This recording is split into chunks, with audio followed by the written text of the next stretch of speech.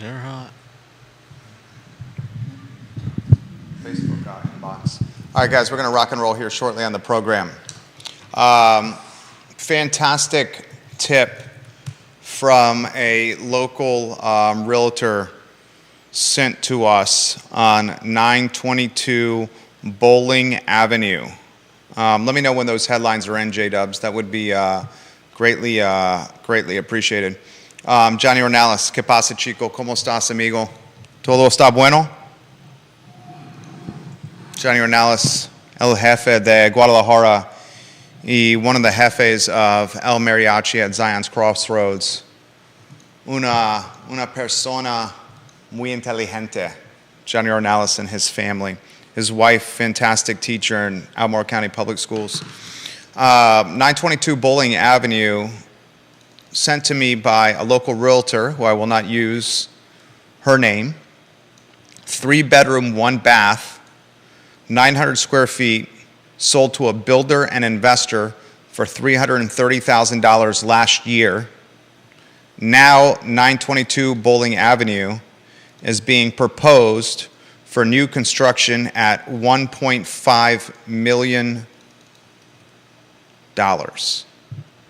Last year sold $330,000. Now a proposed listing for $330,000. We'll talk about that on today's program. That's great to hear, Johnny. That's very good to hear. Give the show a like and a share anywhere you are watching. Give the show a like and a share anywhere you are watching. We will talk about the difference. Neil Williamson put this on my radar. What is the difference between appreciation, house and home appreciation, and house and home gentrification? Is there a difference between appreciation and gentrification? That comment on today's show provided by the esteemed, the distinguished, the debonair, Neil Williamson. We'll talk about that today. I also want to highlight an accolade that Judah and I earned on through Facebook and Instagram. Judah, you're very much a part of this as well. In fact, this is, I think, Judah's new nickname is going to be the dapper, the debonair, the distinguished Judah Wickower. All right. You take that? I'll take it. We got some accolades through Facebook about our reach and our engagement. One of the top 3% of social users on Facebook and Instagram, Judah. 4 billion plus users, and Facebook recognizes us as one of the top 3% of its users. We will let you know what's next for the I Love CVille network as the brand and the network continue to expand further and wider. I want to talk on today's program, ladies and gentlemen, about Buckingham Public Schools closing early. In fact, they're closed now due to the heat index. Judah, the temperature in Buckingham, according to the weather app, is 91 degrees, and it feels like 96. We have parents in Buckingham schools that are scrambling because the schools let out early. We'll talk about that today. Do us a favor, like the show and share the show. Wherever you are watching, like and share the show. We work hard for you. The only thing we ask in return is a like and a share. Literally, that's the only thing I ask for you for the content we create every day on this program. Eric Thompson, thank you kindly for liking the show. We appreciate you, Eric Thompson, for liking the program. Judah, how are you doing? Dylan's Rule on Twitter. Thank you for liking us on Twitter, Dylan's Rule. We appreciate you so very much, Dylan's Rule. Deep Throat, I will get to that comment. The response that it is really cumbersome to do is what makes me think there could be a business here in making the process smoother and quicker. You're talking assumable loans there, Deep Throat. Interestingly, Scott Morris said he's never done an assumable loan in his 6 years, almost 6 years of being in the business. And Michael Buchensky, who works for First Heritage Mortgage. Let's get Michael Buchensky in the mix. Ginny Who. Thank you for retweeting the show. Michael Buchensky of First Heritage Mortgage. We will talk assumable loans for a bit on today's show. I just tagged him on Facebook so we can get that LO in the mix. Buchensky said in his 23 years he's never done an assumable loan. We're looking for solutions of trying to get inventory potentially back on the market for people that are trying to move to the market. I asked this question on the morning show. Judah, what happens if 8,000 people move here in the next 24 months, many of them with six-figure jobs, and as of last week there were 44 active listings on the market? And those literally that's the dynamics of the ecosystem we live in right now. Give me 20 seconds of commentary if you could, Judah. John Blair, hello, John Blair. Give me 20 seconds of commentary so I can rock and roll here. I'm ready when you are with a little commentary there, J-Dubs. I mean, obviously it's going to be a mess.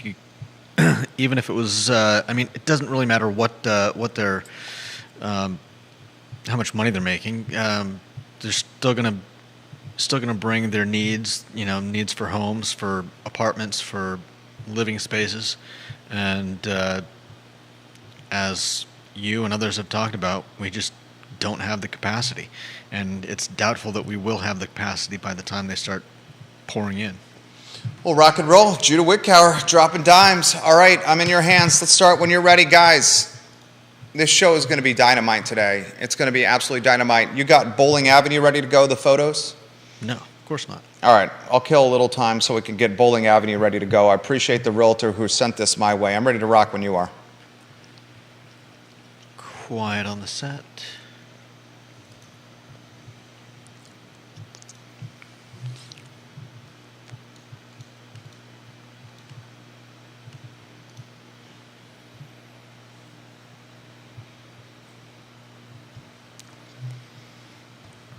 Guys, welcome to the I Love CVille show. I'm Jerry Miller. It's great to be with you on a Wednesday afternoon. Thank you kindly for joining us live in our building, the Macklin Building in downtown Charlottesville, where we are bringing more office space, executive office space to the market. The project should be finished by close of business Friday. A new acquisition for our real estate investment portfolio. That is I Love CVille Real Estate LLC and its many LLC subsidiaries. We have 5 additional office spaces coming to market that we expect to be primed, plush, posh, and primo by COB Friday. $425 per office, 1 year rent. I cover the cost of fiber internet, electric, water, and bathroom cleaning. If you need a place to launch your business, do it right here in downtown Charlottesville, where you have a parking garage that offers your clients 1 hour of free parking right next door and a furnished waiting room for your clients to wait in a private area. We'll give some props to the Charlottesville Police Department for being a part of the show. Be the change you want to see in this community. Join the Charlottesville Police Department, and let's get this force in full capacity from a bodies standpoint, from a human capital standpoint.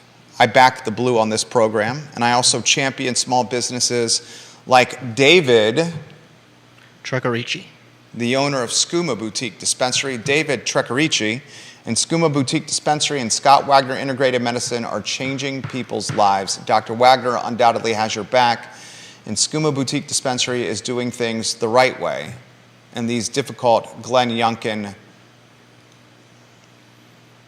heady climate times, shrubbery times, CBD, Delta 8 times.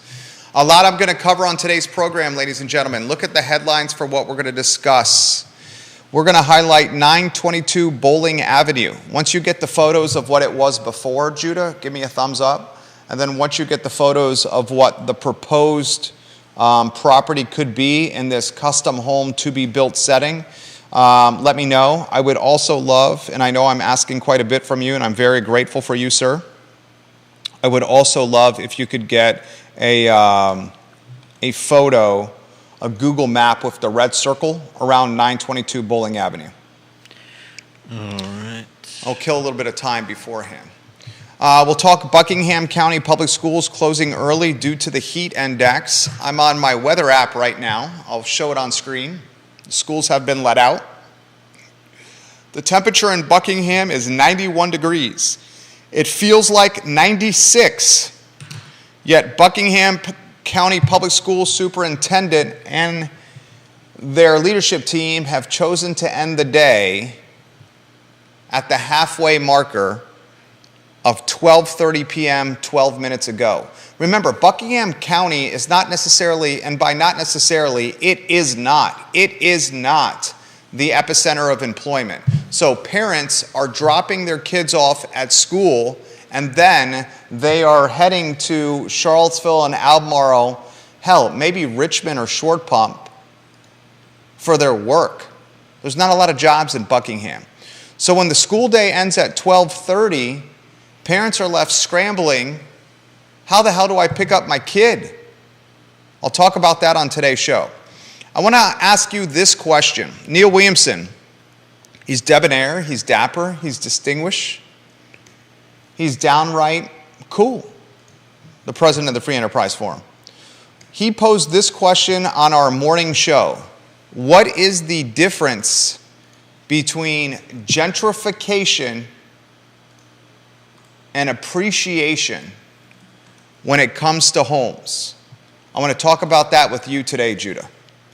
What is the difference between gentrification and appreciation when it comes to houses? That comment, that discussion on today's talk show. I woke up this morning. My wife had a girls' night last night. She went to the steakhouse at the Kipton Hotel. Sweetheart, if you're watching the program, what is the name of that steakhouse? Can you text it to me, please? She went to the steakhouse at the Kipton Hotel with 20 of her closest girlfriends to celebrate one of her girlfriend's 40th birthdays. They walked into the steakhouse at the Kipton Hotel. They were greeted, Spencer Pushard, that is terribly disappointing that your kids have twice this week been let out early for heat. I'll talk about that, Spencer Pushard. Buckingham County Public Schools in the spotlight, your school system today. Spencer Pushard, who's a small business owner. His electrician business, his electrical business is top flight. Spencer, I can get you a boatload of high net worth business if you want to start advertising on the I Love Seville network. They walk into the Kipton Hotel, my wife and 20 of her closest girlfriends, to celebrate a birthday party, and they're greeted with champagne. Champagne at the door. They are bestowed with pro bono and or free lobster appetizer. Champagne handed to them as they walk into the steakhouse at the Kipton. They sit down and lobster appetizer dropped at their table. They mention the bar being sleek and sexy, the waitstaff being well trained, and the steakhouse being the type of fine dining that you would find in a major metropolitan city. The impression overall from the steakhouse at the Kipton Hotel was absolutely dynamite. So I'm at home with the boys. We have a 5.5-year-old and a 9-month-old. Our 9-month-old went from sleeping 0 for the first 7 months of his life. There was a time in my life where I legitimately could have closed down the bars 5 nights a week, gotten 2 to 3 hours of sleep, rolled into work without showering, possibly even wearing the clothes from the previous night. Yes, that's symbolic of the walk of shame. I have no problem admitting that. No problem admitting the walk of shame. and then doing it for 5 straight nights, and then catching up on sleep on Saturday throughout the entire day. There was a time in my life where sleep was not needed. Now, sleep is very much needed. Our 9-month-old, for the first 7 months of his life, did not sleep through the night. To say it caused friction and stress and anxiety and beef and impacted quality of life is a tremendous understatement. Our 9-month-old, for the last 2 months, is sleeping through the night. You want to know the advice we received? It was from Suzanne Reel, the owner of Ally Property Management. She said, Jerry, when your son starts crying and you hear his crying in the baby monitor, let him cry it out and don't go up there at all. I was willing to do that like the first couple of weeks. You can't do that, obviously, because you have to feed your baby. As they get bigger, they can make it through the night without being fed every 2 hours, every 3 hours. My wife, she is the heart of gold. She's just a phenomenal mom, and the foundation of our family said, there's not a chance in HE double hockey sticks we're going to do that. If he cries, we're going to go check on him. It could be one of a number of things. But after 7 months, we were at our wits' end, and we said, okay, we're going to let him cry through the night. He did that on day 1 in almost close to month 8. He did that on day 2, almost close to month 8. He did that on day 3, almost close to month 8.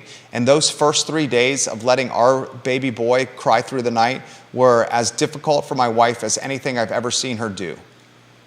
It broke her heart and broke her soul. It was tough on me as well. I don't want you to say that I'm just, there are times where I have the emotions of a rock and the empathy of a garden hose or a rake, or I don't know what Judah wants to call it over there, the empathy of, I'm even hesitant to allow Judah to answer this question. I think both of those work. He says both of those work. But I was sad, Judah. It impacted me as well. Then what happened on day 4? It's designed to. What's that? It's designed to. Thank you, Judah. Thank you very much for that. Maybe you don't understand. I don't think you get what I'm saying. Are you doing the voice of God over there, or are you on the 2-shot? No, I'm saying that. Are you on a 2-shot? No. Okay, we can't have a voice of God. It's not Hissel Christo, it's Judah Wickhauer. What's it's designed to? What are you talking about, the rake and the garden hose? No. Or me having the empathy of the rake and the garden hose? Or the crying is designed to make my heart broken? There you go. Okay, thank you. I'm learning from Judah over here. The best advice I ever got as a parent, I got 2 really good pieces of advice, both from Connecticut Dave Henry. He said, Jerry, cavemen and cavewomen have successfully raised children. Yeah. He also said, Jerry, crack addicts have successfully raised children, and you are neither one of those. You'll be just fine. Yeah. It's called perspective, is what he was trying to offer there. Perspective. He had been further along the parental journey than my wife and I was. His kids, his oldest about to enter high school, his youngest in middle school. We have one in kindergarten and one that's 9-month-old that's still pooping and peeing his diapers. Okay, so on day 4 of almost month 8 of 7 months of no sleeping, where it's friction, negative quality of life, anxiety, stress, weight loss. You probably felt some of it around here as well during that 7-month period. But on day 4, Judah, this is what happened. You stopped crying. You stopped crying. Because Diane Reilly was right. Suzanne Reilly, sorry. He stopped crying. Yeah. And now our 9-month-old sleeps through the night from start to finish. We don't even hear a peep from him. It was 72 hours of torture. He was training you. He'd been training you the whole time. Okay, thank you, Phil Donahue. Thank you, Oprah Winfrey. Phil Donahue. Thank you, Montel Williams. Okay. All right there. I kid because I care. Our 5.5-year-old, on the other hand, is extremely different. Our 5.5-year-old sleeps, has the sleeping habits of Dracula.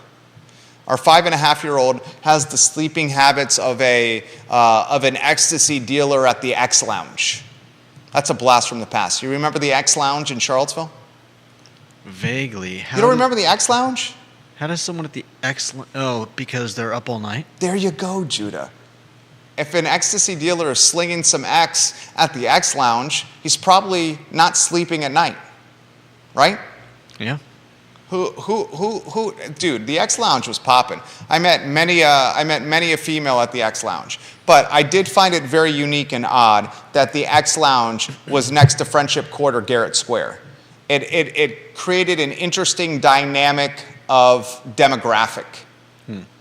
And the eventual demise of the X Lounge was the collision of that demographic inside and outside Charlottesville's club. I think that was the last successful nightclub run in Charlottesville. Maybe you throw 216 in the mix. 216 at one time a gay club that went heterosexual on Friday and Saturday evenings. Okay? Neither is in operation right now. The demise of the X Lounge was the collision of the Friendship Court Garrett Square demographic with with patrons of other socioeconomic statuses. That friction point caused the demise of the club that was located in the glass building where Bluegrass Grill was located. The Bebedero was one time in the X Lounge. Our 5.5-year-old does not need to sleep, so my wife... I remember that. What, the Bebedero? Yeah. Yeah, it's great. I had brunch there one time. Now the Bebedero is in a location where one of its part owners, Wilson Ritchie, owns the building. Mm-hmm. Wilson Ritchie bought the Downtown Grill building and the office space above it. He immediately chopped the Downtown Grill in half, and he rented the left side of the Downtown Grill to the Bebedero and the right side to Rockfish Brewing Company. I thought left Is was it the other way around? I think it's the other way around. Bebedero and Rockfish are on the ground floor. Let's put it right there. Thank you, Judah, for keeping me on my toes. Interestingly, I said during COVID, at the onset of COVID, if you watch the show, and the cool thing about this program is everything is documented on the internet in perpetuity. I said that the restaurants that were that had the biggest exposure were the extremely large ones that had massive overhead tied to rent, and those would be the ones that closed first. And in the onset of COVID, I rattled off Wild Wing Cafe and the Downtown Grill, and my crystal ball, like it often is, proved to be accurate. I then said later throughout COVID that the Downtown Grill, whoever purchases that building when it was for rent or for sale, should chop it up, because the traditional steakhouse of massive proportions is a thing of antiquated, a thing of the past. And that's what Wilson Ritchie did. Watches the program, chopped it up. Rockfish and the Bebedero. Speaking of steakhouses, my wife went with 20 of her closest girlfriends to the steakhouse in the Kipton, and they had a phenomenal time. I can't wait to check that out myself. She said it was extremely sexy. I hope she was talking about the restaurant and not the bartender or the waiter. I think she was talking about the restaurant. Our 5.5-year-old, while I'm watching the boys as she's whining and dining with her girlfriends, our 9-month-old doesn't do a peep. Our 5.5-year-old came up with every single excuse humanly possible to come down the stairs and delay bedtime. Daddy, I'm thirsty. Can you get me some water? No, not that water. I need tap water. Daddy. So I give him some tap water. Goes back upstairs. This is like Michelle Tanner from Full House. Cut it out, Joey Gladstone. Cut it out. He comes down a second time and says, Daddy, my babies, his stuffed animals, we left them downstairs. He strategically leaves his babies downstairs for an excuse to come down the stairs and to delay bedtime. I bring his babies up. Fault on me. Fool me once, shame on you. Fool me twice, shame on me. I should know to bring the babies up. He then comes down a third time. He says, Daddy, I forgot my flashlight bag. He has a bag legitimately allocated to a collection of flashlights. He brought those up. Then he comes down another time. Daddy, I drank too much tap water. I need to go pee. Okay, you can go pee. Another time, Daddy, I'm jumping off the bed. I'm doing top of the rope stinger splashes. That's a WWE reference for you. Onto my babies, and I stubbed my toe. Finally, I said, son, I'm going to have a conversation with Kris Kringle if you come down again. And if you bring up Santa Claus or Kris Kringle in a conversation, that is like the fear of God for a 5.5-year-old. He stayed in the bed. I finally got him down. I was able to watch some of the U.S. Open. It was one of the first times in a long time, if not ever, someone look this up. I'm going to mess up his last name. Taffero, the U.S. Open the tennis standout. He was the 10th seed. He was going against Ben Shelton, an unranked player in the U.S. Open. And that was one of the first times in U.S. Open history, if not the first time in U.S. Open history, that two African-American men faced each other in the quarterfinals of the U.S. Open. It was a hell of a match. Shelton prevails. Shelton prevails. But here's the point of my story. As I finally get our boys down, specifically our oldest, who's got the sleeping habits of Dracula. He sleeps less than my wife does. Sincerely and genuinely mean that. I open up social media, Judah, and I get a notification from Facebook and Instagram, and they highlight what we're doing on I Love Seville as one of the top 3% of content engagement users, people that drive engagement and have the most visibility. We're in the top 3% of both Facebook and Instagram combined. You're talking 4 billion active users on Facebook and Instagram combined, and we get a notification from Facebook and Instagram that the I Love Seville network is in the top 3% of 4 billion users, Judah. Top 3%. And as part of that award, our content and our brand and our platforms will be further pushed or forced into people's news feeds so our brand and our platform and our content are seen by even more people moving forward. So it's this kind of snowball effect. It's significantly impactful for someone who's one of his businesses is eyeballs. I mean, I was having this conversation with Dean Russell. Dean Russell, are you watching the program right now? See if Dean's Russell. I think Dean's watching the program right now. Fantastic mortgage broker, Dean Russell. You know what the currency is? Are we on a two-shot? No. Let's go back to a two-shot. You know what today's currency in 2023 is? What's one of the most important currencies, Judah, in 2023? Social media standing. Attention. Attention and eyeballs. Eyeballs and the attention that follows people's eyeballs is currency that can be monetized. If you have eyeballs and attention, you can rent office spaces that were recently purchased. You can position your clients' call to action messages in front of those eyeballs and that attention.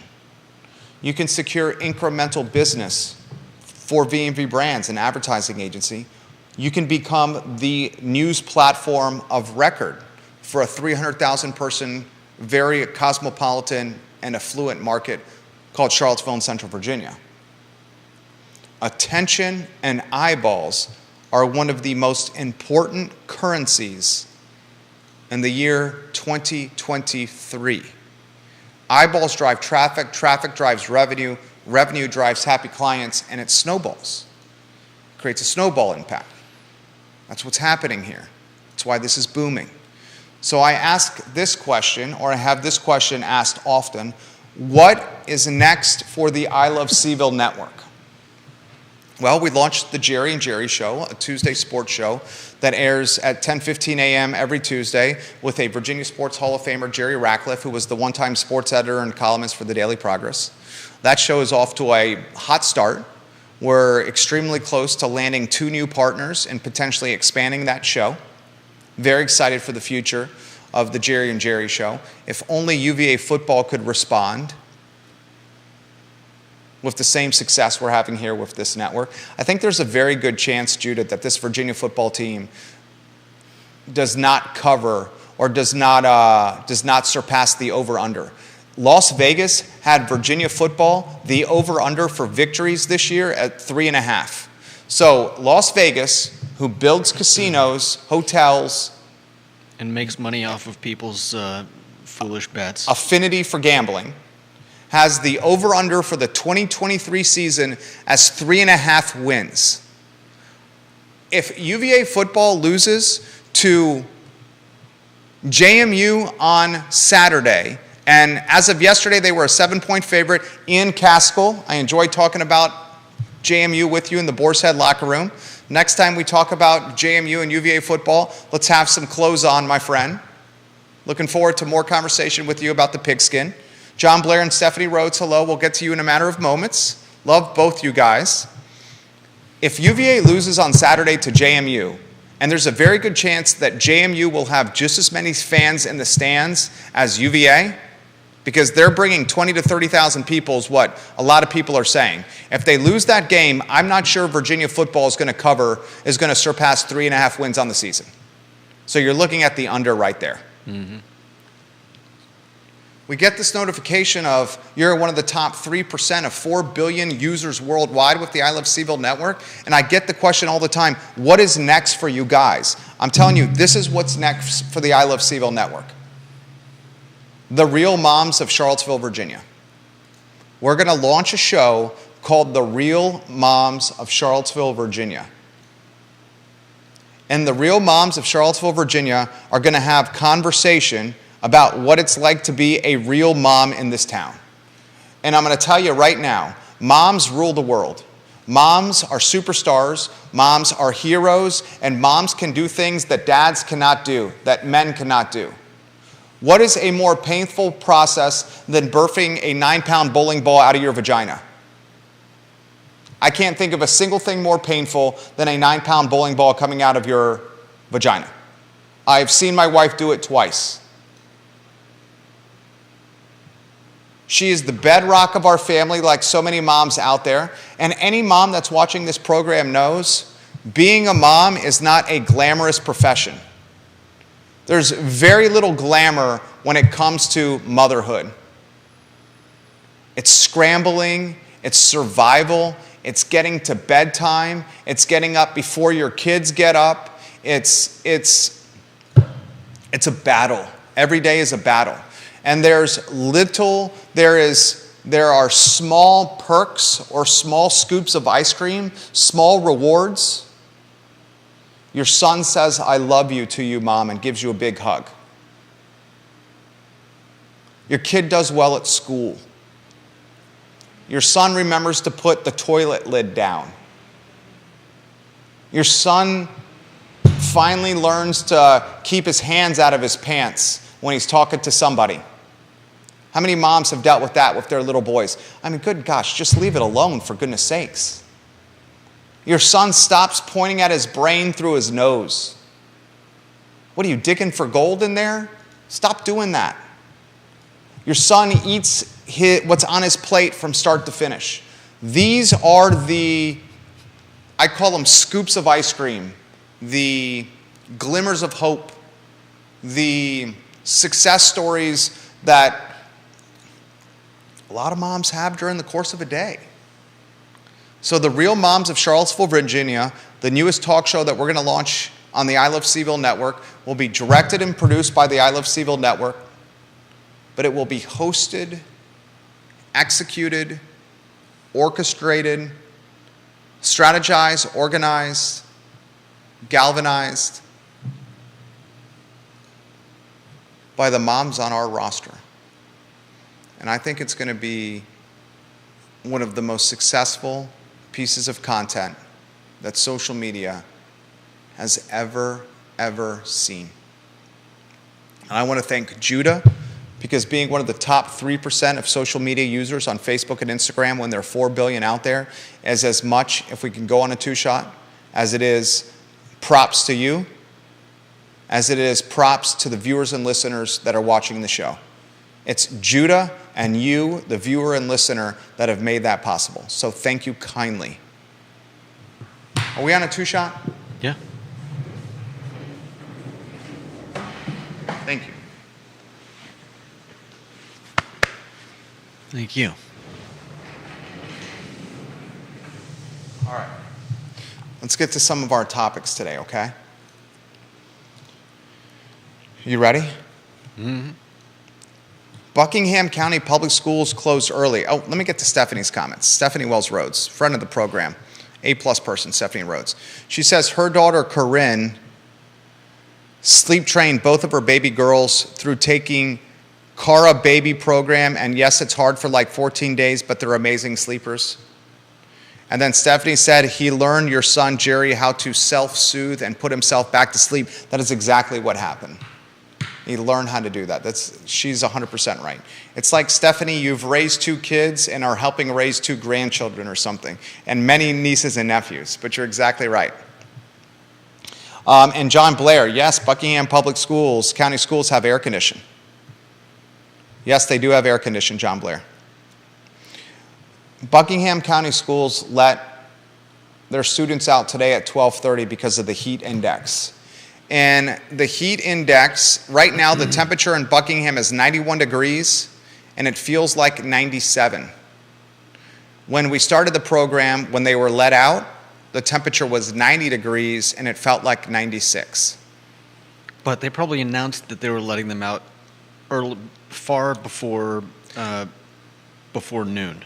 Oh, yes, of course, my friend. The text message was sent out at 9:08 p.m. last night. Well, 9:08 p.m.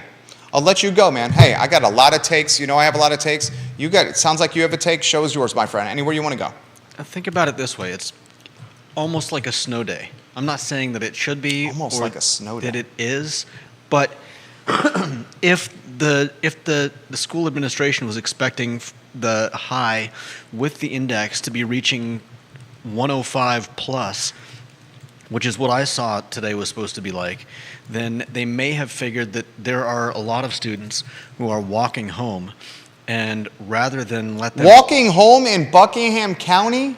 I don't know, Jerry. Judah, is Buckingham County a densely populated county when it comes to housing? Would we imagine that there are a lot of kids walking 16 miles to their family farm? I'm not saying all of them are. Okay, there's Clearly, not... Okay, go not ahead. all of them are. Okay. I don't Same think as there's a lot of kids walking to and from school in Buckingham County, but I apologize for interrupting. Keep going. I mean, you might be right. Maybe Oh, nobody... I'm right. Okay, so you're right. Nobody walks home, and I have no idea why that they're letting them out early. I'd say it's a very few percentage of kids that are walking to and from school in Buckingham County. Charlottesville City is an extremely different circumstance because the homes are close to the schools. That's why you can have the walking bus. The walking bus is not happening in Buckingham. There's a large geographical territory between homes and schools in Buckingham. It's a rural county. All right, then it's just foolishness. Here's the argument I would have made if I were you. Would you like to hear it? This is the argument if we want to go play the yin to the yang, which I think a lot of people enjoy. You should have led with the school buses aren't air conditioned. You have 40 to 50 kids sitting in a tin can that's resonating considerably more heat on a high index heat day. And that's going to just toast and roast these kids while they're going to and from home to school and bus stop to school and bus stop to home. And because Jerry indicated it's a rural county, they're spending longer times in the bus than a city school system where the routes are much closer to homes and bus stops. That is a legitimate argument. Okay. Kids roasting in buses that have no air conditioning is a legitimate argument. Is that what you wanted to lead with today? Sure. Okay. Can I respond to the argument that you so cleverly and craftily created? Yes. Feel free to respond to yourself. I really respect your argument and how you laid it out so sophisticatedly. This is the response I would have to that. You ready? Roll down the windows. Put the windows down.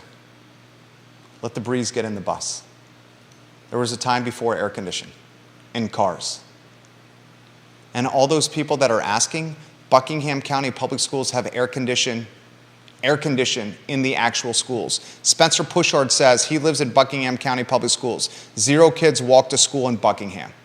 Okay. He literally put this in. Spencer Pushard, jump in here. You have kids in Buckingham County Public Schools and you're a small business owner. Here's the beef I have with Buckingham County. And he says this is the second time it's already happened. It's September 6th, the 6th of September. School just started, and this has happened twice already. Here's the beef I have with Buckingham County. It's a number of beefs. Beef number 1, the notification went out at 9:08 p.m. last night. That's less than 10 hours from go time, which is get the kids ready, get the kids on the bus, get them ready for school. That's going to happen somewhere in the 6 to 7 o'clock range in the morning. So to send out the notification at 9:08 p.m. really screws a lot of parents. Buckingham County is not a densely populated area when it comes to employment. There are not a lot of jobs in Buckingham County. Everyone want to agree with what I just said? There's not a lot of jobs in Buckingham County. The people that are living in Buckingham County are not working in Buckingham County. They are traveling to Charlottesville, to Albemarle, maybe Richmond, maybe Short Pump, maybe Louisa, but they're not staying in Buckingham for work. So the people that live in Buckingham County are not working in Buckingham County. So when the school ends unexpectedly and unplanned at the middle of the day with less than 10 hours notice, parents that are working are scrambling. Here's another argument for you. Aren't there kids taking buses? Are you just going to let your elementary age kid stay at home by himself? Yeah. What? What time does school doesn't get out at... 12:30 today. Right. School doesn't normally get out at the same time that parents are leaving work. There's a huge difference between 4 o'clock and 12:30. Okay. You're telling me you would be completely cool, and I'm not trying to be argumentative with you, although that does offer some engaging content.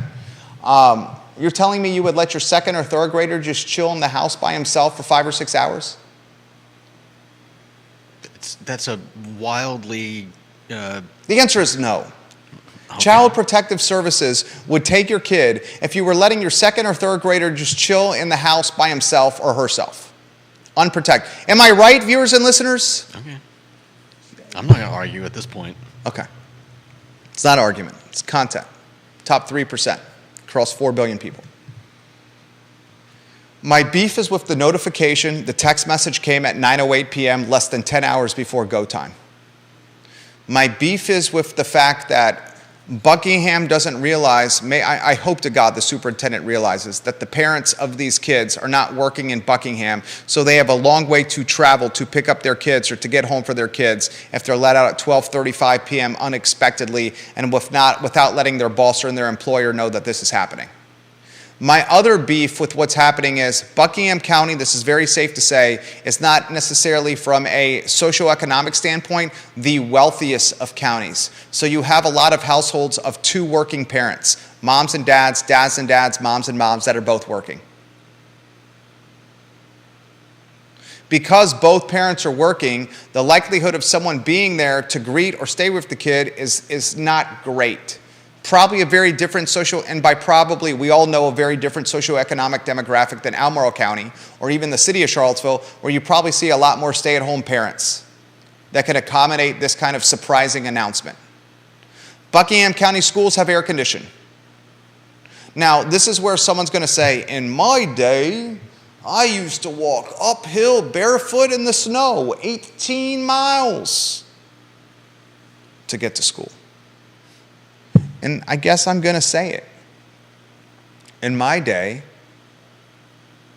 there was many a classroom where we didn't have air conditioning in it. And we made do. The heat index right now, it feels like 97. And whether we want to hear this or not, and this actually frustrates a lot of people, Spencer Pushard, you live in Buckingham, you have kids in Buckingham, so do is it your wife, your better half? Offer some perspective here, Spencer Pushard. You're a small business owner. Please. I want this to be crowdsourced content.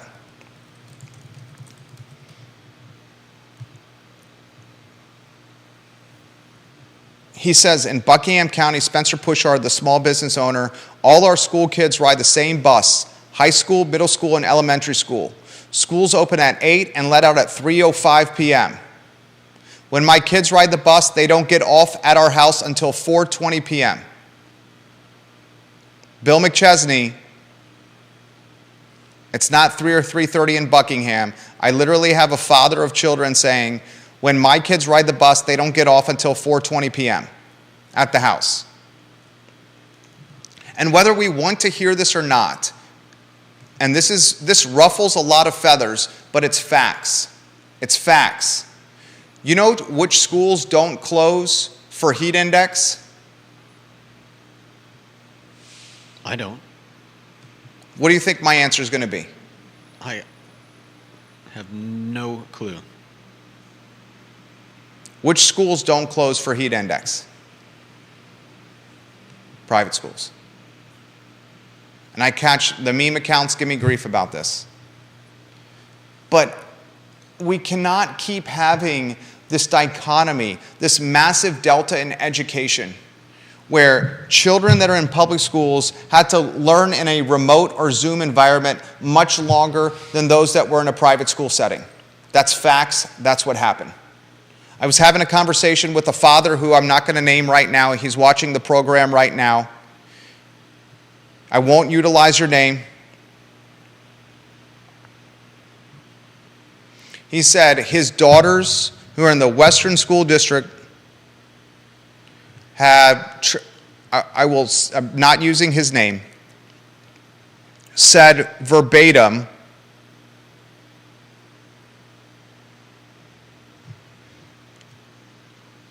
I'm going to read it. I'm scrolling down. We had a long conversation yesterday and today. I very much enjoy conversating with you. Anxiety. Considerable anxiety from learning at home. In a remote Zoom setting. We can't continue to allow public schools to operate in a scenario or ecosystem where they're not providing at least close to the same value that private school students are getting. And having kids learn in a Zoom and remote setting for 2x, if not 3x longer than their private school peers is going to impact reading and math and comprehension, social anxiety, maturation, in ways we still have not understood. And closing schools early because of heat index of 97 degrees when their peers are not having their schools closed because of 97-degree heat index, and this happening twice in the first month of school, is damning to the development of impressionable minds that are still trying to figure things out. Having children just chill in a house by themselves where they're likely going to spend even more time on screens is damning. This father that I've been interacting with said this, Western Albemarle School District. They removed the lockers from the school completely. All our kids are going to end up with back problems. All the kids have laptops, and they're carrying around the books and their laptops and their backpack. Can you imagine a preteen or an early age high school student that is still physically developing and going through puberty, in their backpack all their books and a laptop, and having to carry this bag around school every day, all the time? Does anyone think that's good for anyone's spine or their physicality or their development? Anyone?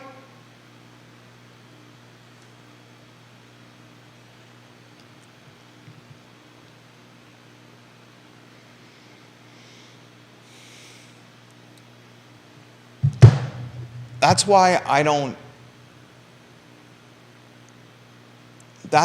in a lot of ways I champion the candidate Dr. Meg Bryce on the show. She has either 3 or 4 kids in private school, but is willing to work for absolutely no money on the school board. They get paid zilch. They're essentially indentured servants and have half the community hating them and the other half lukewarm about them. But she's willing to give her time, despite her kids being in a private school setting, to make the public schools better, because she understands narrowing the gap, the delta between public and private, is how you create parity, and it's how you create less of a class system and more of opportunity. All we've seen since COVID is that delta between public and private become more robust. And that's fact. Those are facts. And then taking limited school days and having those limited school days eviscerated, evaporated, annihilated, eliminated by 97 degrees, and then creating a headache scheduling for parents in a county that's rural, that doesn't have jobs, and it has households of 2 working parents, that's bogus.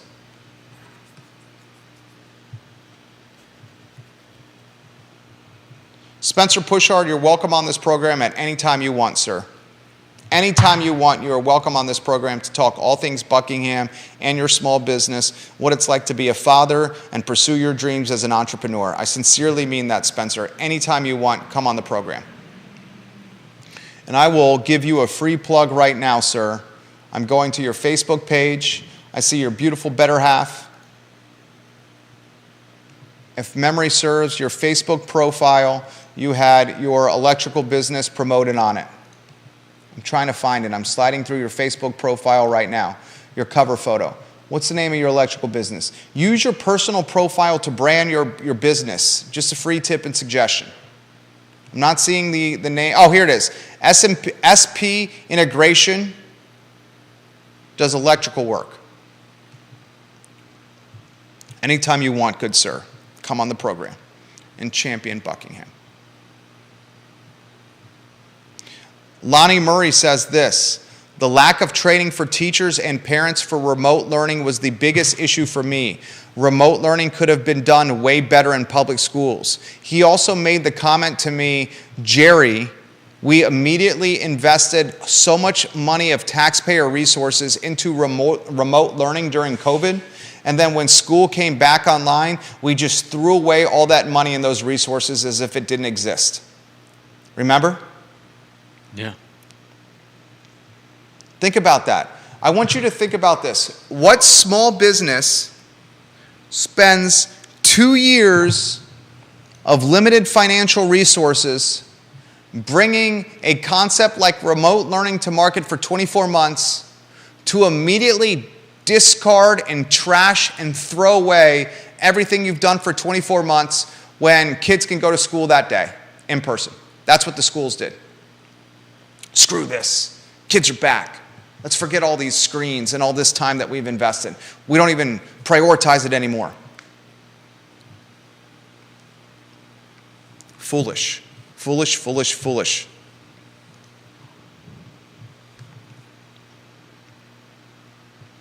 Vanessa Parkhill watching the program. It's possible the argument could have been made that Buckingham should have extended the day rather than dismiss early. Not everyone has air conditioning at home. Damn good comment from Vanessa Parkhill. Excellent comment from Vanessa Parkhill. I'm saying if you're the school system, limit outside activity.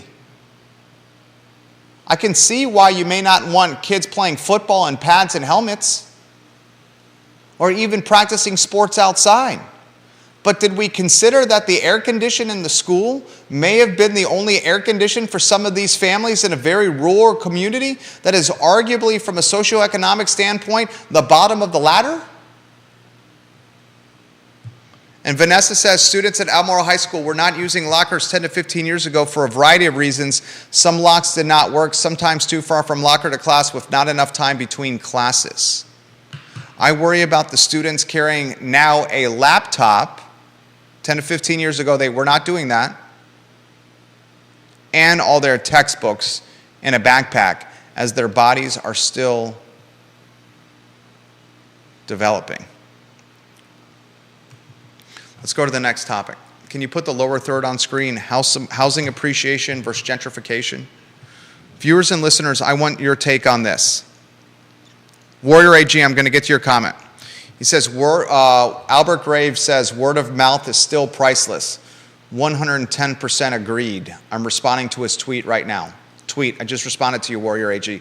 Albert Graves says, I got a feeling if UVA loses to JMU, the old head ball coach, Mr. Elliott, Tony Elliott, might be shown the door and sent back to South Carolina packing.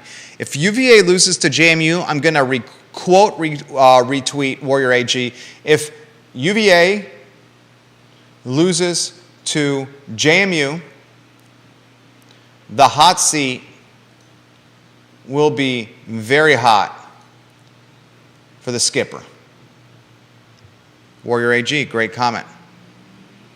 Warrior AG, you're 100% right. There are a lot of dads who are the mom in the household, Jerry. And don't you forget that. I'm quote retweeting that, Warrior AG, with the fire emoji. 100%. A lot of stay-at-home dads now. I know of 6 or 7 myself in our neighborhood. Ginny who? Ginny who? How many parents did not send their kids for the first half of the day simply because of logistics at Buckingham? I would say a large percentage. Tough to know. Anyone have that information? I'm quote retweeting that. Great tweet. How many parents just said, oh, son and daughter, I can't make this work with my employer because I'm working in Charlottesville and it's 45 minutes from school to job, maybe an hour depending on traffic, and another 45 minutes or more, and my boss is not going to let me clock out or clock in? You just either have to come with me to work or you're going to stay home. I appreciate that, Albert Graves, that tin cans, the school buses don't have air condition and they want to get the kids home before the hottest part of the day and off the buses that are extremely hot. I'll respond to that. I appreciate that. Roll the windows down, though. Roll the windows down. Deep Throat through DM. Do you think every kid has air conditioning at home in Buckingham? That's the point Vanessa Parkhill is making, Deep Throat. Probably not. He says maybe sending them home consigns them to worse heat in their house. The point Vanessa Parkhill made. Great point, Deep Throat. Deep Throat also said, also my kids went to school in Houston, Texas on many 100-degree, horribly humid days when we lived in Houston previously. Dude, I grew up in Naples, Florida, at least I went to school in Naples, Florida through the 2nd grade. Do you think in Naples, Florida, where it was routinely 103, 104, and 105 degrees, we ever canceled school? No. It was like that all the damn time. The people in Arizona, what's the place that is in Cali? My bro's got a second home over there. Is it Palm Springs? Or is it Palm Beach? Palm Beach is Florida, right? I believe so. Palm Springs is Cali, right? Somewhat decent driving distance of LA? I think there is a Palm Springs in Florida as well, but Palm Springs in California is a desert. Yeah. He's got a second home there. He said it's routinely like 105 or 106 degrees. That's probably... now, it's a different kind of heat. That's probably pretty cool for a Palm Springs desert summer. Yeah, trust me, it gets a lot hotter than 105. Okay. But yes, it is dry heat in Southern California, and it is a very different beast than the humidity. Than the humid heat you get here on the East Coast. The kids in West Texas, 105, 106 routinely. Deep Throat says the only time my kids could go out for recess in Houston. Oh, you're going to have to help me with this one. Judah's the wordsmith and the true brains of the operation. That one. Benzene? Can you read that comment? Only time they couldn't go out for recess was Houston. Was because benzene levels in the air were dangerously high. Didn't cancel school, though. They did not cancel school, though. And he then says that my friends in Bozeman, Montana also like to say they do not cancel recess or outdoor play in schools until it gets to be minus 20 degrees Fahrenheit in Bozeman, Montana. All right, here's the next question I have for you. Neil Williamson, the distinguished, dapper, and debonair. Neil Williamson, the president of the Free Enterprise Forum, asked this question on our morning talk show. Are you ready for this? Yeah. What is the difference between housing appreciation and housing gentrification? That right there is a conversation for happy hour or a holiday party or a coffee shop get-together. What is the difference between housing appreciation and housing gentrification?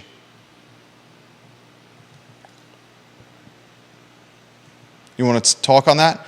Kevin Higgins in Greenwood, Virginia says, a discussion regarding these kids' students' impact on mental health due to COVID, heat, and transportation needs a deep dive now. Loss of physical contact and socialization is an enormous issue and appears to be an oversight in these decisions, which impacts a child negatively all the time. This is doing damage and needs to be talked about. I 1,000% agree with what he just said. Did you hear what he said? Mm-hmm. He's basically talking about these public schools are isolating kids, either through remote learning, hybrid learning, having crappy bus reliability and approachability, or through canceling school on the whim for 97-degree heat.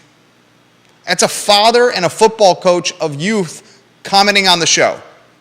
If you compartmentalize and isolate children in a remote learning environment for years, don't get them to school on time, don't get them home on time because of a lack of bus transportation reliability, and then on the whim, cancel school because it's 97 degrees, you're isolating these children, which is going to impact them from a maturation, development, and God knows what else standpoint.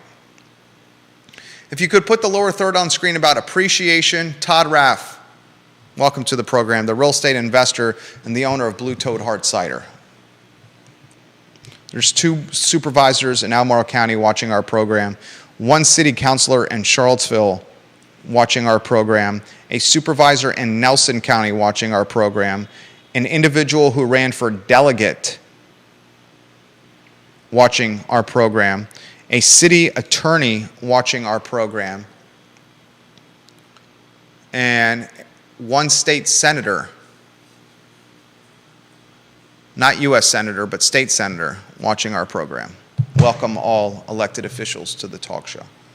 What is the difference between gentrification housing and appreciation housing, Judah? I would say that housing appreciation is more of an expected growth in a home's value, whereas gentrification is more of how would you say fake? Not fake necessarily, but I wouldn't say gentrification is fake. That's not the word I mean. Who can put this in a 2-answer sentence for me on the feed? Whoever best answers this question, and I'll give you 3 sentences or less. There's one from Deep Throat. Who can answer this question in 3 sentences or less? We will send you a free sticker. We'll cover the postage, the whopping 62 cents, and send you a free I Love Seville sticker. What is the difference between housing appreciation and housing gentrification in 3 sentences or less? Lonnie Murray is in, locked and loaded. Lonnie, I think that is a damn good answer. Deep Throat, I'll get to your answer here in a matter of moments. What is the difference between housing appreciation and housing gentrification? Judah, 3 sentences or less. You, my friend, could also win the I Love Seville sticker. That being said, you have access to 500 of them. Are you stealing any of those? I'm just joking. One of your best qualities is your honesty, your loyalty, your integrity. What do you think I give everyone I know for birthdays and Christmas? You're so generous. I'm sure they love getting gifts from you. Oh, yeah. Sometimes 3 or 4 at a time. All right. What is your answer to this? I'm still trying to think of the word. No, you got to go first. Well, like I said, I think that appreciation is more natural, while gentrification is more unnatural. It's still not the word I'm looking for, but I can't think of the word that I want. Basically, what I'm saying is that gentrification is the kind of thing that is brought on by people upbidding houses that don't need to be upbid. People bringing in cash and paying way more than the house is actually worth, thus giving you what do you call them, comps that raise the price of everybody's house in the neighborhood.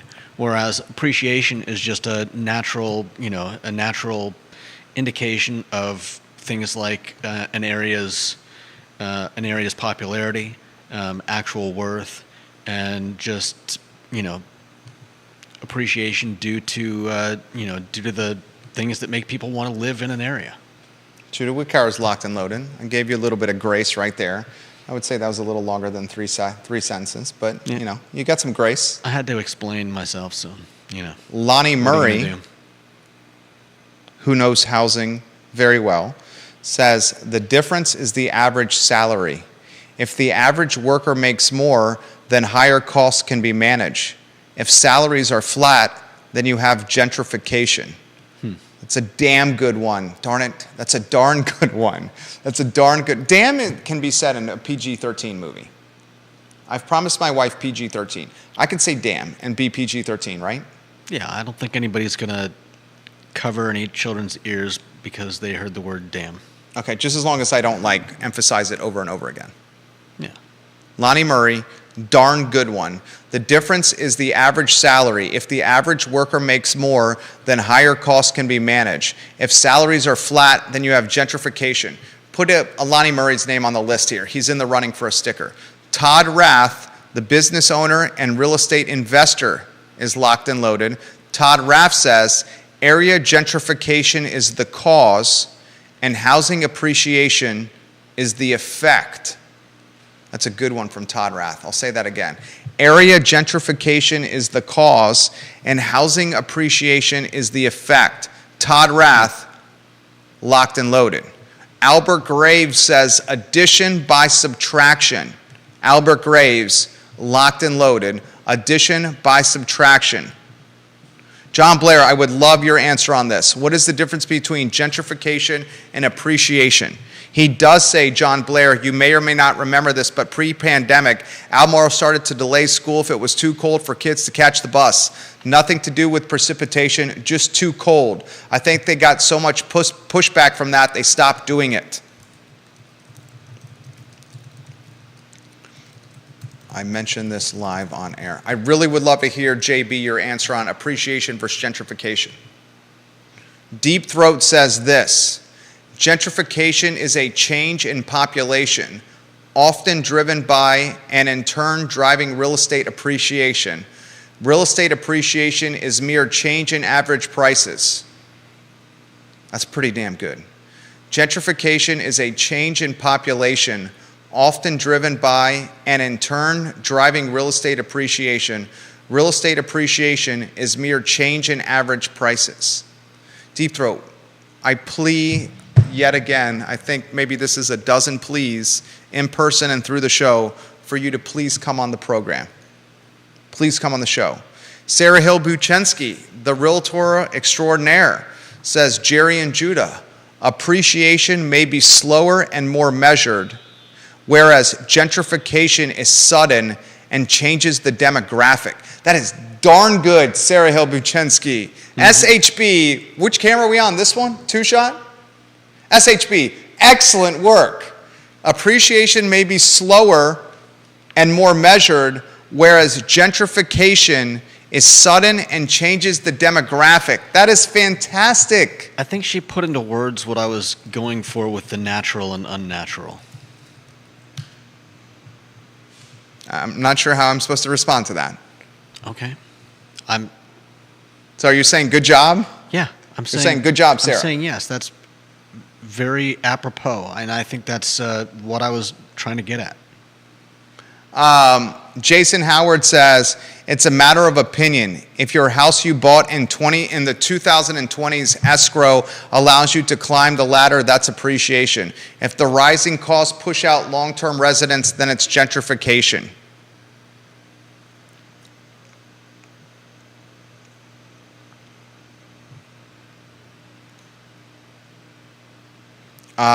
Sorry, I'm texting a developer here. Sarah Hill Buchensky says, I feel you, Judah, I feel you. Vanessa Parkhill says, is it fair to say gentrification leads to the acceleration of naturally occurring appreciation? And it is also fair to say that gentrification typically does not happen without a general decline in the area. Vanessa Parkhill, you routinely make the program better. You're the queen of Earlysville. You routinely make the program better. I'm very grateful for all the people that have answered this question. James Watson says this, nearly all houses appreciate, but gentrification is exponentially renovating and retrofitting multiple houses in a neighborhood such that native residents are priced out. James Watson, good comment. I'd like to highlight gentrification and appreciation for you. And how I'm going to do that is through a listing that was sent to me by a realtor who I will not utilize his or her name, because my word is my bond and I appreciate anonymity and I don't want to put anyone in a tough spot. I'm going to try to highlight the difference between gentrification and appreciation on the talk show. Appreciation, did you call it naturally occurring? Yeah. We expect that's why part of the reason why people buy property is because the value is expected to go up.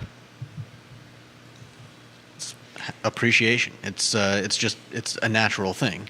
But now, doesn't the natural appreciation of homes yield gentrification naturally?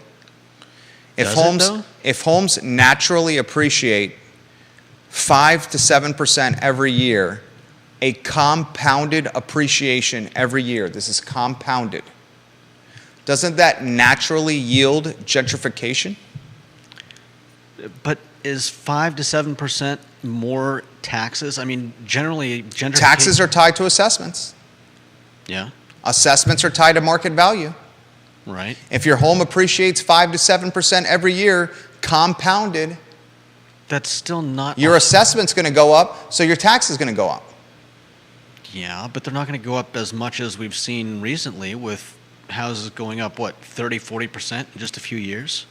Is that not natural appreciation? Albemarle County, year over year, Q2 2022 versus Q2 2023, 11% value appreciation for homes in Albemarle County. That according to the Charlottesville Area Association of Realtors. Is that natural, though? Is it not? Is it unnatural? Is it artificially stimulated? I'm just asking legitimate questions. I'm asking you because you know these things. I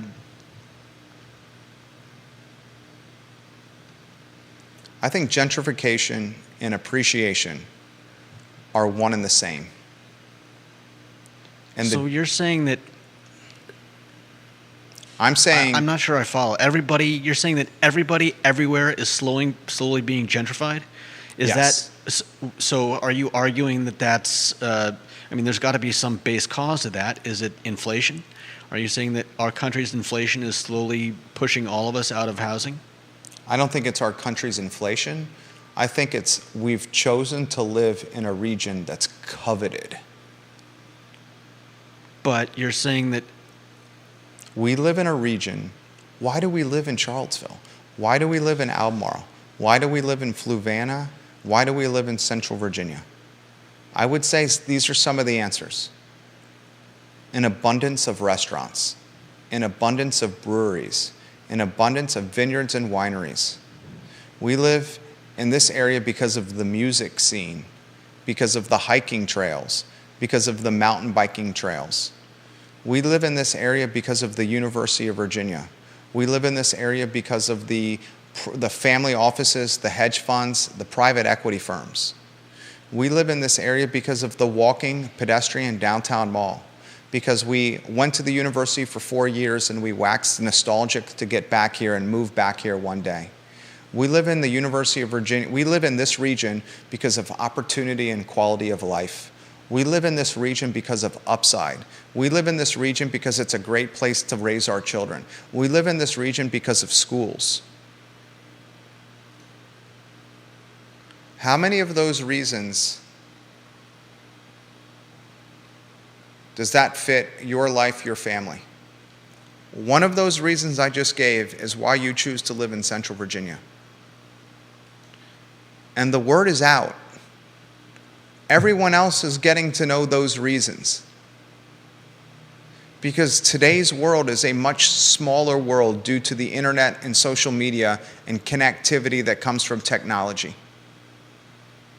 And every time the Huffington Post or any of those other secondary media platforms called Charlottesville and Central Virginia the best place to live, people flocked here.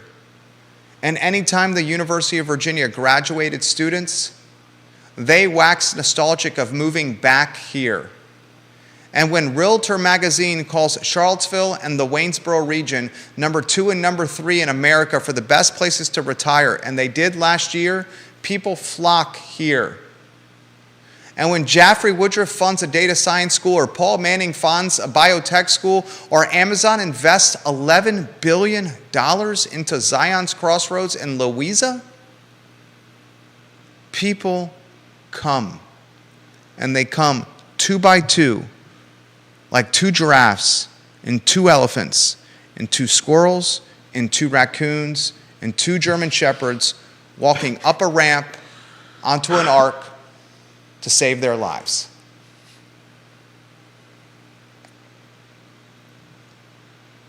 I said this on the morning talk show.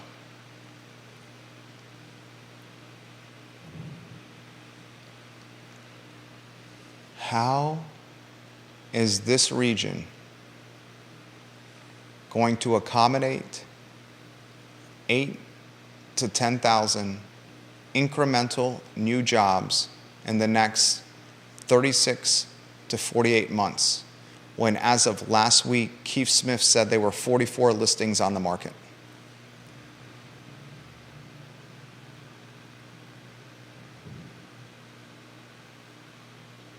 How are 8,000 to 10,000 new people going to live here when there, as of last week, were 44 homes for sale in the Carr footprint? And here's the extremely unfortunate nature of what's going to happen. The folks coming here are going to be wealthy. Wealthy. And they're going to cannibalize and gobble up real estate. And it's going to gentrify the middle class away from the epicenter of employment, and it's going to appreciate or cause appreciation for the homes first around the epicenter of employment, and second in the urban ring, and slowly as you get further out, less and less appreciation. The difference between gentrification and appreciation is the difference between tomato and tomato. The difference between gentrification and appreciation is the difference between Texas Hold'em and 5-card draw. A ribeye and a sirloin. Tacos asados and ground beef tacos. La Michoacana and Tacos Gomez.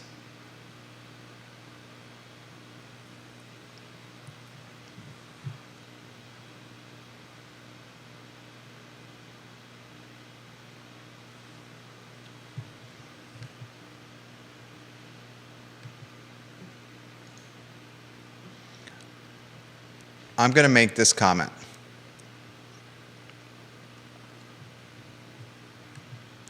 We will see the most home value appreciation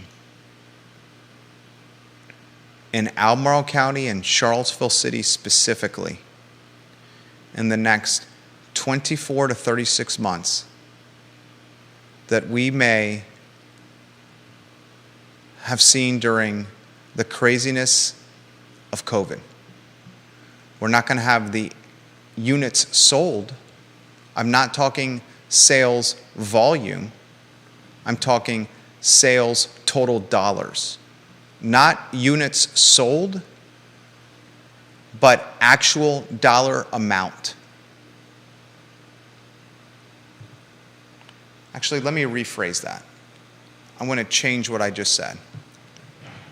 In the next 24 to 36 months, home values will appreciate in value at clips that surpass the appreciation we saw during the pandemic. There it is concisely for you. That's what I meant. Home values will appreciate in the next 24 to 36 months at clips that surpass the appreciation we saw during the pandemic. And that's directly due to the influx of incremental jobs and expanded enrollment at UVA that will also cannibalize limited inventory. I want to highlight these two listings that an agent sent to me, and this will be a topic that will be continued on tomorrow's show. 922 Bowling Avenue. I will not mention the agent's name who sent this to me, so I don't want to put him or her in a tough spot.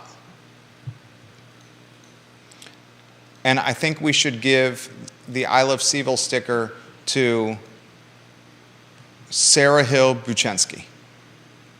If you could DM Sarah Hill Buchensky, who said appreciation may be slower and more measured, whereas gentrification is sudden and changes the demographic.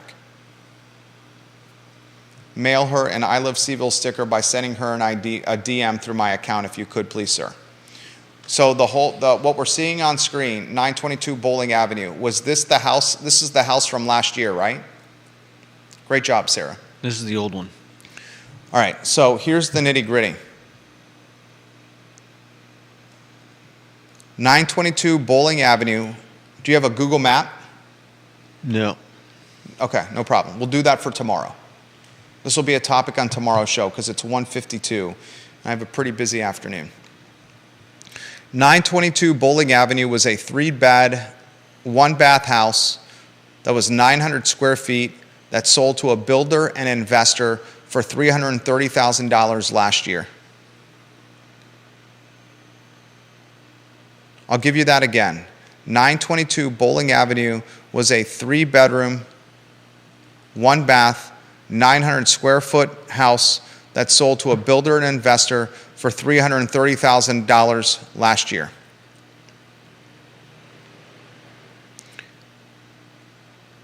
I would imagine, in fact, I know. You know what the investor did? What did he do, Judah, to 922 Bowling Avenue? Tore it down and rebuilt it? Tore it down. He tore it down. Now, the investor, who's a builder, an investor builder, so you have some vertical integration, some economies of scale, is proposing a $1,500,000 house be built in its stead, in its place. Can you show the photos in its stead? Yeah. Thank you. Can you show the photos of the $1,500,000 house that's being proposed? This is not a house. It's to be built. It's being marketed on the MLS right now. 922 Bowling Avenue. This is how it's being marketed. Introducing a stunning new construction project in the highly sought-after Belmont neighborhood. This transitional classic and modern home will seamlessly blend elegance and contemporary elements to create a truly unique living space. With high-end decorative finishes and a focus on quality construction, this property is sure to impress even the most discerning buyer, boasting nearly 3,000 square feet of living space. You know what nearly 3,000 square feet of living space means? Almost 3,000? Yeah, it's not 3,000. That's called branding. Boasting nearly 3,000 square feet of living space. That means it's less than 3,000 square feet. I would bet you it's like 2,800 and change. Boasting nearly 3,000 square feet of living space, this home provides ample room for comfortable living and entertaining. One of the standout features of this property is the detached bonus space, perfect for use as a home office, art studio, possibly a guest suite or home gym. Additionally, with 9-foot ceilings and exposed open staircase, this home exudes a sense of grandeur and sophistication. A chef's kitchen is a true masterpiece, featuring top-of-the-line appliances, custom cabinetry, and spacious island that is perfect for gathering with friends. 2 charming porches offer the perfect space to relax and enjoy the beautiful surroundings, while a Zen garden filled with carefully selected plants and herbs provides a serene escape. With its high-end design, custom finishes, and stylish luxury, this home is a true gem. Don't miss your opportunity to own this exquisite property in the heart of Belmont. 5 bedrooms, 4 baths, 3 full, 1 half. As Deep Throat, who's great with the numbers, just extrapolated, we're talking a price per square of $430 per square foot, well above average. In fact, he says, actually it's $500 a square foot because it's less than 3,000 square feet of space. Over $500 a square.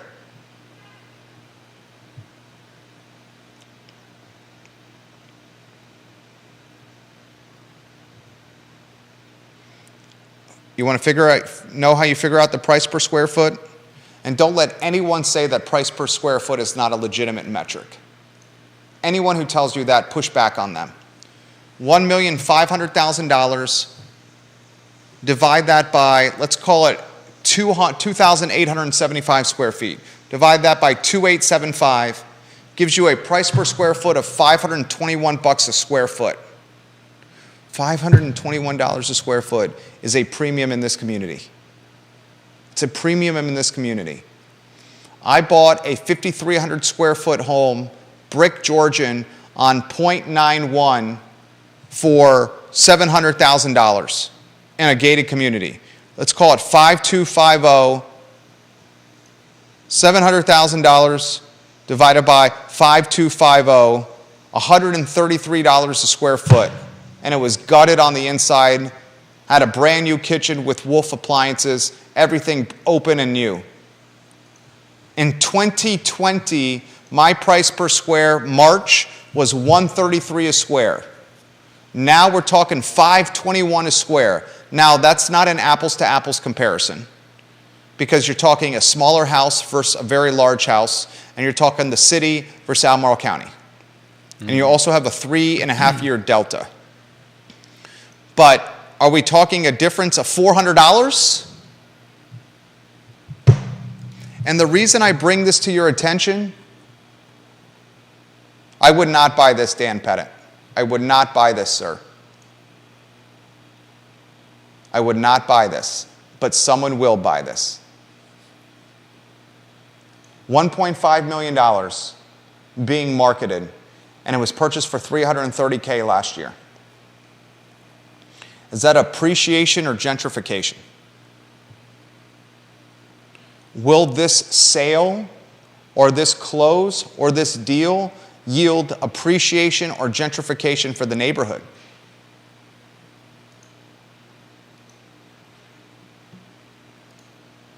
Carly Wagner, I see your comments. Carly, I can't wait to get you on the I Love Seville show.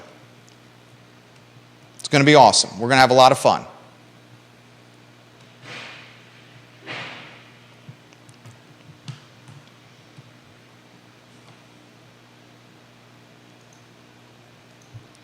I'm going to tell you what's going to happen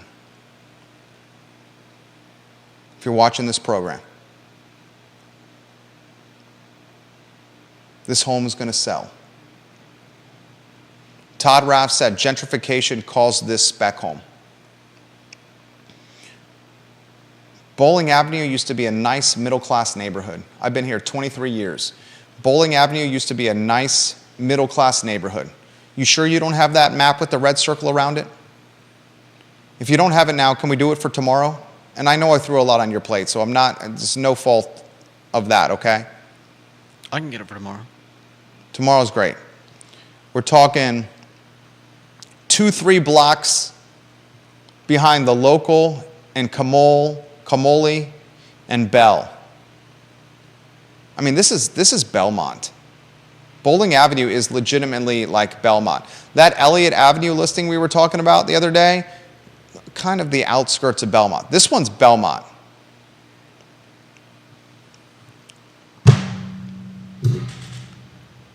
When this house is constructed, and when this house is finished, and when this house is built, it's going to yield a family with kids, because it's, what did I say? Let me go back to the listing. Going to the agent who sent me this. I'm going to the link. It's a 5-bedroom, 4.5-bath house, single family detached. A family's going to buy this. 19 rooms. When this brand new home comes to market, when it's constructed, when it's built, and when a family moves in, likely with 2 or 3 children, this deal, and I have no fault or no shade or no beef or no issue with the investor and builder and the buyer. This is the free market. I have no beef with the free market. I have no beef with someone buying a home that needs some TLC, and no beef with someone buying a home. Carly Wagner says the builder is not spending $1.2 million to build that, but there's enough civilians that are about status and want to pay more because they can, so it will sell for that because they lack the common sense to say, hey, I could build that for $500K. Respectfully disagree with that comment. The opportunity cost of building a house on yourself when you're GCing it is an effing nightmare. I watched my mom and dad basically GC a house in Kings Mill in Williamsburg, a brick Georgian that was 4,800 square feet on a cul-de-sac. They spent like 14 months of their life in a living hell. And my dad, who's a penny pincher, a CPA, a shrewd investor, a guy with vision, I watched him lose 14 months of his life basically GCing a house as a certified public accountant. And it was an effing nightmare, not only for my mom and dad, but for my brother and I. It impacted us from quality of life and what we could do, because we spent so much of our weekends and times on the job site and watching him looking over blueprints and plans. The reason you use a quality custom home builder, like a John Kerber of a Dominion Custom Homes, you know why? You know why? 2 words. You know what they are? Opportunity cost. The opportunity cost of building a custom home in the 1.5 price range is significant if you don't have the experience to do it.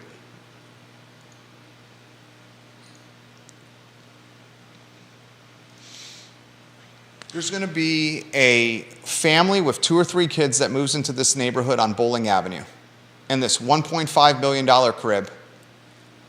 And that family that moves into this crib on Bowling Avenue, what's the address, J-Dubs? 922? Yep. You know what they're going to do to that neighborhood? The values will appreciate and people will get gentrified. Because those are going to start becoming comps for assessments. And it's going to have trickle down and trickle over value impact. And trickle down and trickle over value impact is going to yield every 6 months more taxes for people. Remember the man in black who I used to do trivia with at the Lazy Parrot Grill? Yep. He got gentrified out of his house in Fry Springs, a 900 square foot rancher, because he and his wife were on a fixed retirement income. Mm-hmm. And the taxes, they could not afford anymore. So they sold it for top dollar, and now they went south to South Carolina, where housing is half the cost with the bag of money. And you know who went in and bought it? A doctor and his wife.